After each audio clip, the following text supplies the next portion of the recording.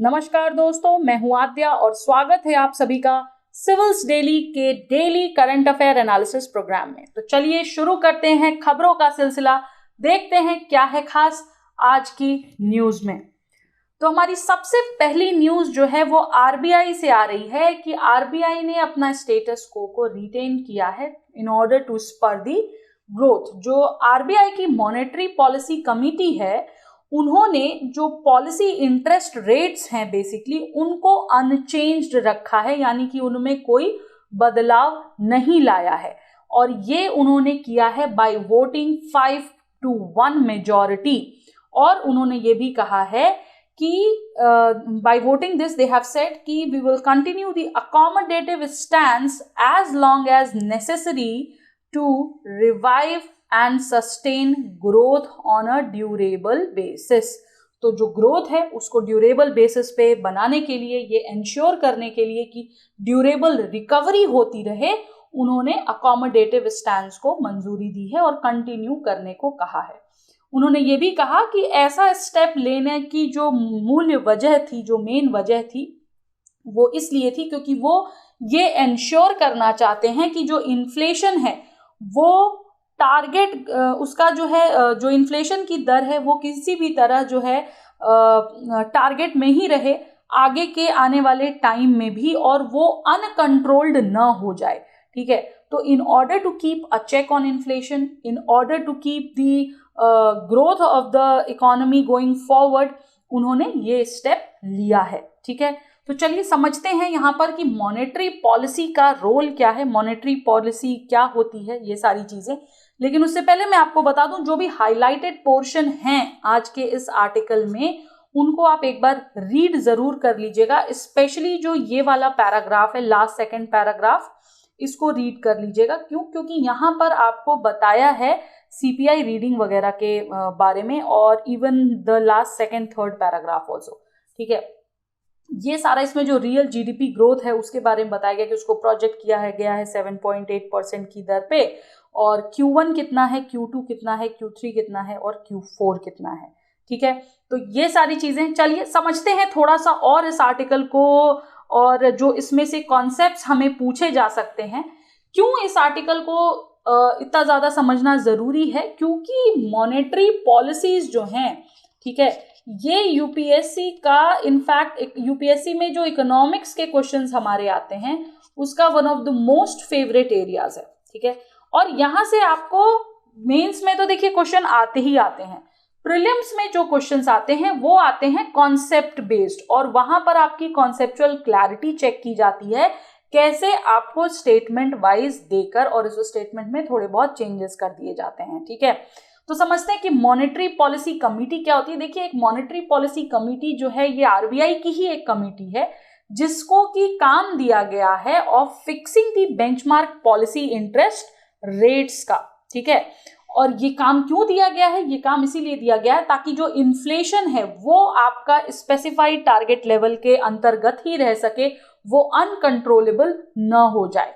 RBI act 1934 जो आई थी, उसने अमेंड किया था फाइनेंस एक्ट इंडिया 2016। ठीक है, उसे अमेंड किया गया। आरबीआई एक्ट 1934 को अमेंड किया गया किसके द्वारा? फाइनेंस एक्ट इंडिया 2016 द्वारा। और क्यों किया गया? वो किया गया in order to constitute the monetary policy committee, so that और ज्यादा ट्रांसपेरेंसी और ज्यादा अकाउंटेबिलिटी आ सके इंडिया के मॉनेटरी पॉलिसी को लेकर के।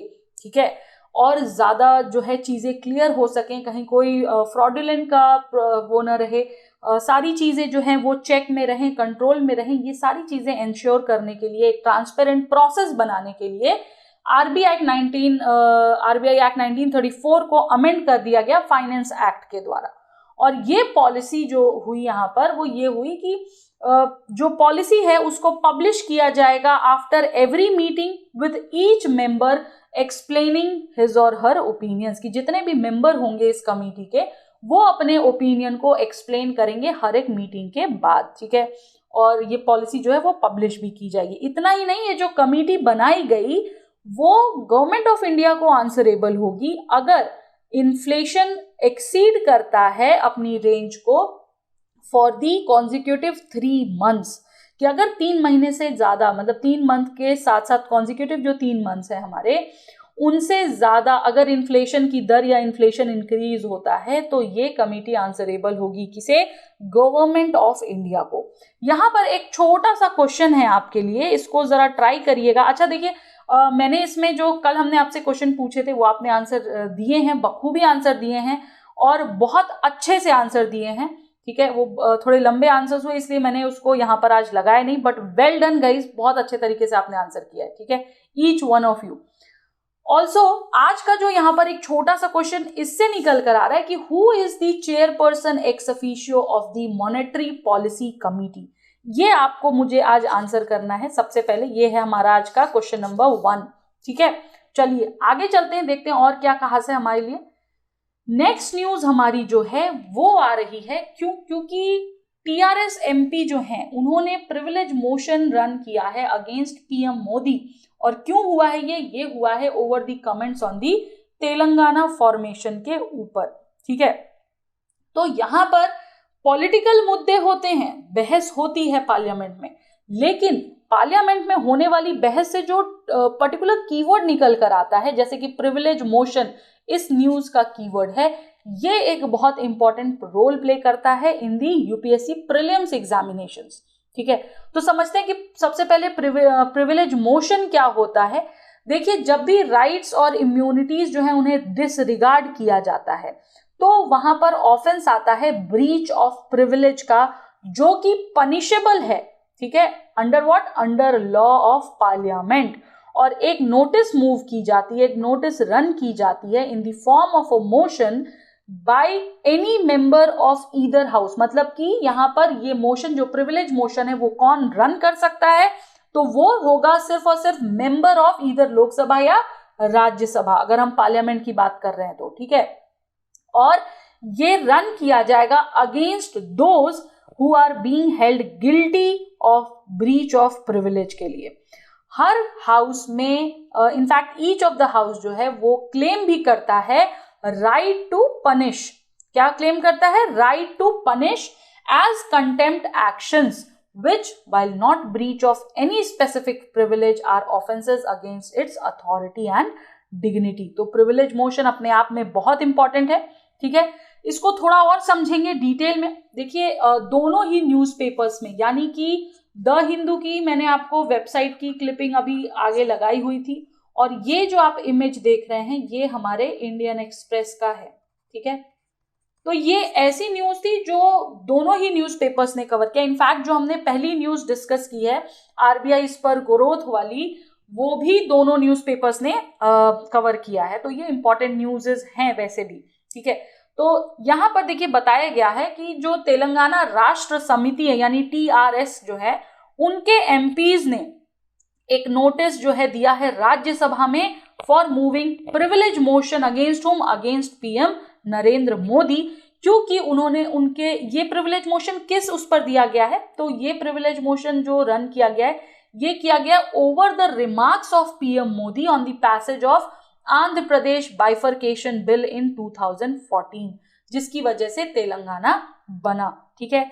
जो स्टेटमेंट है मोदी जी का, ऐसा कहा जा रहा है कि that attempts to show parliament houses in the most bad and contemptuous manner, ठीक है, जिससे कि डेनिग्रेट हो रहा है, डीमीन हो रहा है जो पूरा का पूरा प्रोसेस है या प्रोसीजर है आपके लोकसभा या राज्यसभा जैसे हाउसेस के फंक्शनिंग का, वो। और दूसरी चीज कही जा रही कि ये टैंटामाउंट है to find fault with the members of parliament and presiding officers for their conduct in the house, ठीक है। तो ये बहुत इंपॉर्टेंट है, इसको थोड़ा डिटेल में हम समझेंगे अभी। लेकिन इससे पहले कि हम डिटेल में समझे, मैं आपको एक चीज बताना चाहती हूँ। देखिए, जब हम बात करते हैं प्रिविलेजेस की, ठीक है, तो जब तक वो पार्लियामेंट से रिलेटेड है तब तक जो प्रिविलेजेस या पावर्स हैं वो स्टेटेड हैं इन द आर्टिकल 109 में, ठीक है। आपको मुझे बताना है, ये है हमारा आज का क्वेश्चन नंबर 2, कि कौन सा आर्टिकल है जो कि डील करता है with the powers and privileges of the state legislature. एक हिंट मैं आपको दे देती हूं, यहाँ पे रूल है +89 का। अगर आप लोग तैयारी से थोड़ा जुड़े होंगे और स्मार्ट ट्रिक्स अप्लाई करते होंगे तो ये आपको जरूर पता होगी। अगर नहीं पता है तो प्लीज कमेंट सेक्शन में लिखिएगा, नेक्स्ट सेशन में मैं इसको जरूर आपको एक्सप्लेन करूंगी। ठीक है, रूल A+89 वाला। ठीक है, तो ये आपको बताना है कि कौन सा आर्टिकल है जो पावर ऑफ प्रिविलेजेस की बात करता है स्टेट लेजिस्लेचर के केस में। पार्लियामेंट के केस में है आर्टिकल 105। ठीक है, अब थोड़ा सा समझते हैं पार्लियामेंट्री प्रिविलेजेस को। देखिए, पार्लियामेंट्री प्रिविलेजेस जो हैं ये वो राइट्स और इम्यूनिटी हैं जो कि लेजिस्लेचर्स द्वारा जो है इंजॉय किए जाते हैं। जो लेजिस्लेटर्स हैं उन्हें प्रोटेक्शन दिया जाता है अगेंस्ट सिविल और criminal liability for actions done और statements made in the course of their legislative duties. ठीक है, वो जो है ग्रांटेड होते हैं टू दी एमपीज एमएलएज और उनके इफेक्टिवली डिस्चार्ज जो उनके फंक्शन है बेसिकली उसको इफेक्टिवली वो डिस्चार्ज कर सकते हैं। क्या ये जो प्रिविलेजेस हैं ये किसे मिलते हैं, किसे ग्रांटेड होते हैं? एमपीज और एमएलएज को, सो दैट वो अपने फंक्शंस को सुचारू रूप से कार्य कर सकें। ठीक है, नेक्स्ट पॉइंट मैंने ऑलरेडी आपको एक्सप्लेन कर दिया। अब देखिए, पार्लियामेंट में जो लोकसभा और राज्यसभा है ना, उनके भी रूल बुक्स हैं। ठीक है, तो रूल नंबर 222 जो है, rule number 222 in chapter 20 of the Lok Sabha rule book और rule number 187 in chapter 16 of Rajya Sabha rule book govern करता है प्रिविलेजेस को। यानी इंडियन कॉन्स्टिट्यूशन में तो है ही है, उसके साथ साथ रूल बुक में भी स्टेटेड है। और अगर आप ये चीज अपने आंसर में लिखेंगे, मेंस आंसर में, तो अनडाउटेडली आपको 1-2 नंबर एक्स्ट्रा मिलेगा ही मिलेगा। ठीक है, ऑल्सो ये जो रूल्स हैं ये कहते हैं कि अ मेंबर में with the consent of the speaker or the chairperson raise a question involving a breach of privilege either of a member or of the house or of a committee thereof। यानी कि ये जो rules हैं ये किसी भी व्यक्ति को नहीं, किसी भी मेंबर ऑफ द हाउस को जो है ये अधिकार देते हैं कि वो स्पीकर या फिर चेयरपर्सन के कंसेंट के द्वारा, उनकी इजाजत के द्वारा कोई भी क्वेश्चन रेज कर सकता है जहां उसे ये लगता है कि यहाँ पर ब्रीच ऑफ प्रिविलेज हुआ है। ठीक है, तो चलिए आगे चलते हैं। नेक्स्ट न्यूज हमारी जो है वो है रिलेटेड टू व्हाइट चीक्ड मकाऊ से रिलेटेड, जो कि साइंटिस्ट को मिले हैं कहां पर? अरुणाचल प्रदेश में। एक इंपॉर्टेंट डिस्कवरी के तहत जो साइंटिस्ट हैं उन्होंने रिकॉर्ड किया है presence of white cheeked macaques from central Arunachal Pradesh के एरिया से। ये जो व्हाइट चीक्ड मकाऊ हैं ये काफी अलग हैं, काफी भिन्न हैं जो और मकाउज अवेलेबल हैं उनसे, उनके कंपैरिजन में, जो कि इस रीजन में पाए जाते हैं। कैसे? क्योंकि जो इनकी चीक्स है वो व्हाइट है, लॉन्ग है, थिक है और थिक हेयर्स हैं उनके नेक एरिया पर। ठीक है, white cheeks, long and thick hairs on the neck area and a longer tail, ये इनको डिस्टिंक्ट बनाने वाले जो फीचर्स हैं वो हैं। ये जो स्पीसीज हैं ये डिस्कवर किए गए थे कब? 2015 में by a group of Chinese scientist from the Medog region in the south eastern Tibet. ठीक है, और ये जो डिस्कवरी है इसे कंसीडर किया जा रहा है as a very significant breakthrough जबकि हम बात करते हैं प्राइमेट्स की। ठीक है, तो ये रेयर स्पीसी भी हैं और इनको जो है देखा गया है, पाया गया है। ये इंपॉर्टेंट न्यूज थी। इंडिया की अगर हम बात करें तो जो ये स्पीसी हैं ये इससे पहले कभी साइट नहीं किए गए या रिपोर्ट नहीं किए गए। After a single incidence of photographic captured from Anjaw district Arunachal Pradesh, यानी 2015 में एक सिंगल इनका रिपोर्ट आया था, इंसिडेंस आया था, इनकी फोटो लाई गई थी अंजौर डिस्ट्रिक्ट अरुणाचल प्रदेश में। उसके बाद ये नहीं देखे गए। और नंबर ऑफ दीज मैमल्स जो हैं जो रिपोर्ट किए जाते हैं पूरे भारत में वो हैं लगभग 434। ठीक है, जो सिग्निफिकेंस है इनकी डिस्कवरी का ये इसलिए जरूरी है क्योंकि ये एक नया एडिशन ऐड करता है to the mammals of India में। प्रोटेक्शन स्टेटस की बात करें तो wildlife protection act 1972 India के तहत इन्हें कोई एज सच अभी स्टेटस नहीं दिया गया है। ठीक है, इनको इंक्लूड नहीं किया गया है वाइल्ड लाइफ एक्ट में। और जो पोटेंशियल थ्रेट है इनकी स्पीसीज को, इन मकाउस को इन द लैंडस्केप्स, वो है due to hunting by locals for consumption and habitat degradation due to urbanisation and infrastructure development. तो थ्रेट है बट इन्हें एज सच कोई स्टेटस नहीं प्रदान किया गया क्योंकि इन्हें अभी इंक्लूड नहीं किया गया है वाइल्ड लाइफ प्रोटेक्शन एक्ट के तहत। ठीक है, आगे चलते हैं। अगली खबर है हमारी इकोनॉमिक्स की रिलेटेड टू रेटिंग एजेंसीज, कि भाई आखिर ये रेटिंग एजेंसीज हैं क्या। ये भी न्यूज हमारी टीम ने जो है ऑनलाइन वेबसाइट से उठाया है, द हिंदू की। देखिए हुआ ये है कि जो फाइनेंस सेक्रेटरी हैं हमारे, उन्होंने अक्यूज किया है रेटिंग एजेंसी को फॉर डबल स्टैंडर्ड्स जब वो असेस करते हैं इमर्जिंग मार्केट्स और डेवलपिंग इकोनॉमीज को। हुआ क्या है, वाकई में न्यूज क्या थी, तो देखिए फिच नाम की एक रेटिंग एजेंसी है, ठीक है, जिसने इंडिया को टर्म किया है as the most indebted emerging market. ठीक है, और उसने क्लेम भी किया है कि जो लेटेस्ट बजट आया है हमारा, वो किसी भी प्रकार की क्लैरिटी ऑन फिजिकल कंसोलिडेशन या प्लान्स नहीं प्रोवाइड करता। इसलिए ये न्यूज थोड़ी गड़बड़ है, ठीक है, हमारे देश के लिए। और इसीलिए फाइनेंस सेक्रेटरी जो है इस पर जो है अपना जो ये कह सकते हैं अपना रोष या अपनी नाराजगी भी व्यक्त की है उन्होंने, क्योंकि उनके अनुसार जो रेटिंग एजेंसीज हैं वो डबल स्टैंडर्ड्स दिखा रही हैं। एब्सोल्युटली करेक्ट है। अब देखिए यहाँ एग्जाम की अगर हम बात करें कि हमारे एग्जाम में इससे रिलेटेड क्या इंपॉर्टेंट है, तो यहाँ पे जो सबसे बड़ा मुद्दा एक तो वही है कि भाई ये रेटिंग एजेंसी क्या होती है और वो मैटर क्यों करती है। तो चलिए समझते हैं उसको। ठीक है, ओके, सबसे पहले जो ग्रेडिंग पैटर्न है जो कि वो फॉलो करते हैं क्रेडिट रेटिंग एजेंसीज, हम उनकी बात करेंगे। उसके अलावा हम समझेंगे कि ये रेटिंग एजेंसीज क्या होती हैं। तो सबसे पहले रेटिंग एजेंसीज क्या होती हैं हम इनको समझ लेते हैं। रेटिंग एजेंसीज ये वो एजेंसीज हैं जो क्रेडिट वर्दीनेस या फिर हम कह लें कि potential of an equality debt या डेट को जो है किसी भी देश के डेट को इक्विटी को उनका कितना पोटेंशियल है इक्विटी का या उनकी क्रेडिट वर्दीनेस कितनी है वो चीज असेस करता है। ठीक है, उसको देखता है, उसका पूरा एक डेटा बनाता है। इनकी जो रिपोर्ट है वो इन्वेस्टर्स के द्वारा रीड की जाती हैं। Why? To make an informed decision और whether not to invest in a particular country.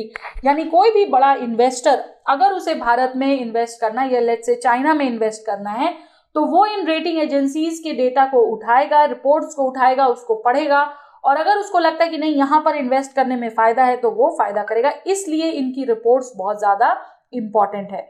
और भी चीजें हैं, ये जो रेटिंग एजेंसीज हैं ये असेस करती हैं कि कोई भी देश इक्विटी या डेट अगर उसकी फाइनेंशियल स्टेबल है या नहीं, ये वो बताता है। देन वो हाई रिस्क पर है या लो रिस्क पर है, ये वो भी बताता है।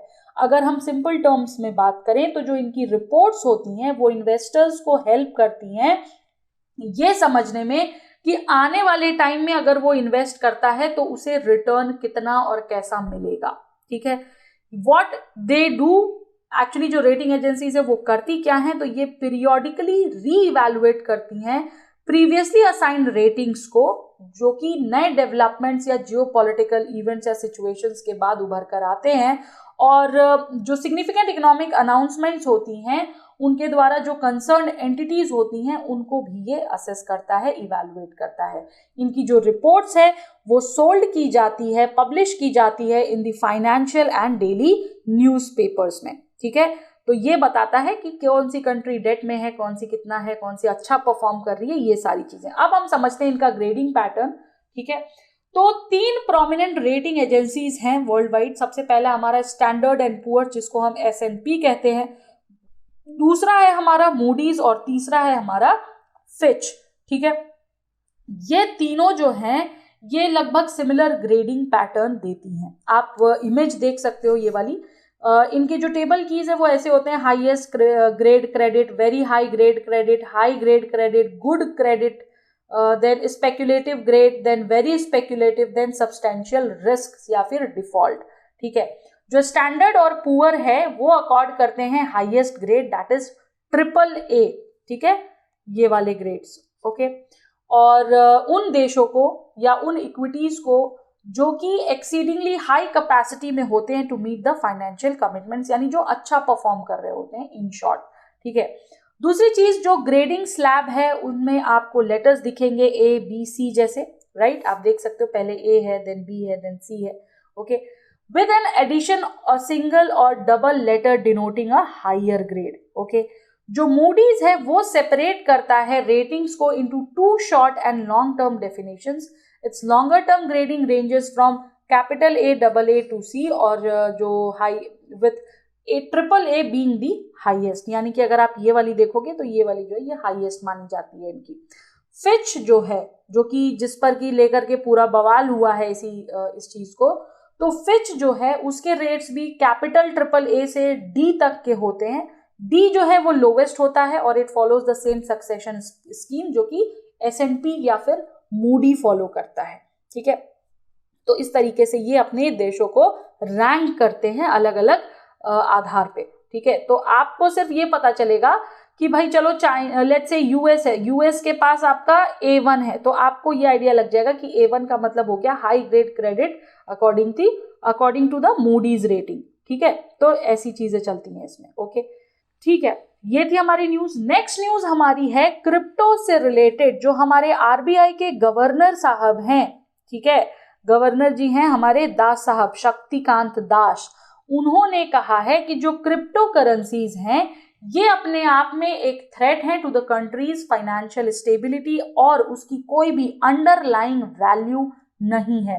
देखिए, अभी जैसे ही बजट रिलीज हुआ उसके बाद हमें न्यूज मिली कि जो प्रॉफिट होगा इन क्रिप्टो करेंसी से, उसके प्रॉफिट का 30% जो है ये आपका टैक्सेबल हो जाएगा.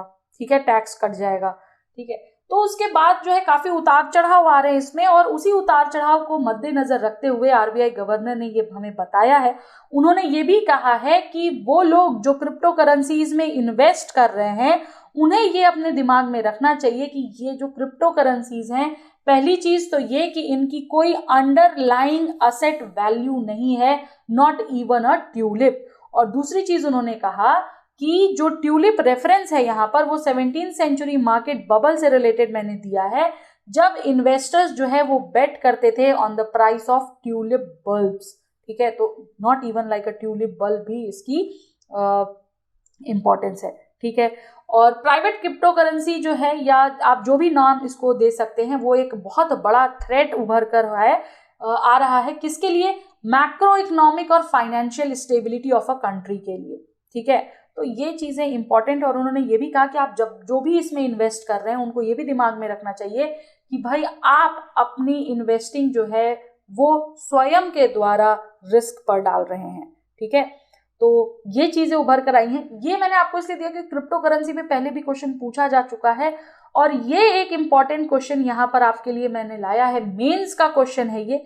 कोशिश करिएगा अगर हो सके तो 200 वर्ड्स में इसको समराइज करने की. पहली चीज तो है कि what are the provisions in the income tax act 1961 to tax the crypto currencies and what are the challenges in the taxing crypto currencies. मैं आपको इससे रिलेटेड ब्लॉकचेन टेक्नोलॉजी वगैरह से रिलेटेड जो इनके एडवांटेजेस है वो जरूर बताऊंगी यहाँ पर. ठीक है, तो देखिए, जो इनके एडवांटेजेस की अगर हम बात करें तो चैलेंजेस आपको लिखने, लेकिन एडवांटेजेस क्या हैं ये मैं आपको बताती हूँ. पहला तो ये कि ये जो है ये हाई लेवल इनका जो है वो काफ़ी सिक्योर है, ये पूरी हाई लेवल ऑफ सिक्योरिटी है इनमें. देन फास्टर वेज है इनके ट्रांजैक्शंस कंडक्ट करने को. ब्लॉकचेन नेटवर्क्स जो हैं वो पब्लिक हो सकते हैं, वो ओपन हो सकते हैं, या वो प्राइवेट भी हो सकते हैं विद द रिस्ट्रिक्टेड मेंबरशिप. और इनकी ग्रेटर एबिलिटी टू कस्टमाइज भी है. ये ज़्यादा से ज़्यादा लोगों को अलाउ करते हैं टू डू बिजनेस और ट्रेड. ठीक है, और इनके जो एक्सेस है वो हमेशा इंक्रीज होता है for diverse populations and locations. इनकी फ्रीक्वेंसी ज़्यादा है, इनकी एफिशिएंसी ज़्यादा है ट्रेड की. इंटरमीडियरीज को ये हटा देते हैं, दे रिमूव इंटरमीडियरीज, क्योंकि ये डायरेक्ट 1-on-1 ट्रेड होता है. ठीक है, तो ये सारे इंपॉर्टेंसेस हैं, एडवांटेजेस हैं ब्लॉकचेन के, या बिटकॉइन कह लो या क्रिप्टो करेंसी कह लो. ठीक है, तो आपको ये देखना है और इसी को ध्यान में रखते हुए आपको ये आंसर लिखना है. कोशिश करिएगा कुछ भी लिख करके, अगर ज़्यादा नहीं हो रहा तो बुलेट पॉइंट्स में लिख कर हमें आप कमेंट सेक्शन में बताइएगा, हम ज़रूर इसको जो है आपका रिव्यू करेंगे. ठीक है, तो ये थे हमारी दोस्तों आज की न्यूज़ हेडलाइंस. आई होप समझ आई होंगी आपको, और ये है आज का क्वेश्चन ऑफ द डे. ठीक है, इसको प्लीज कोशिश करिएगा सॉल्व करने की और हमें बताइएगा कि क्या होगा इसका करेक्ट आंसर. ठीक है, तो चलिए इसी के साथ मैं आज के लिए अलविदा लूंगी. और उम्मीद करती हूँ हमने जितनी भी न्यूज़ हेडलाइंस कवर की वो आपको अच्छे समझ आ गए होगा। अगर कहीं भी कुछ भी डाउट है तो प्लीज़ पूछिएगा और +89 वाला रूल ध्यान में रखकर उस क्वेश्चन को सॉल्व करिएगा, ठीक है। तो चलिए आज के लिए इतना ही, नेक्स्ट सेशन में फिर मिलेंगे, तब तक के लिए नमस्कार, धन्यवाद, जय हिंद, जय भारत, ठीक है। और हाँ, लाइक, सब्सक्राइब और कमेंट करना मत भूलिएगा और शेयर भी करिएगा ज़्यादा से ज़्यादा। थैंक यू सो मच दोस्तों। Subscribe to our YouTube channel and press the bell icon on the YouTube app and never miss another update from Civils Daily.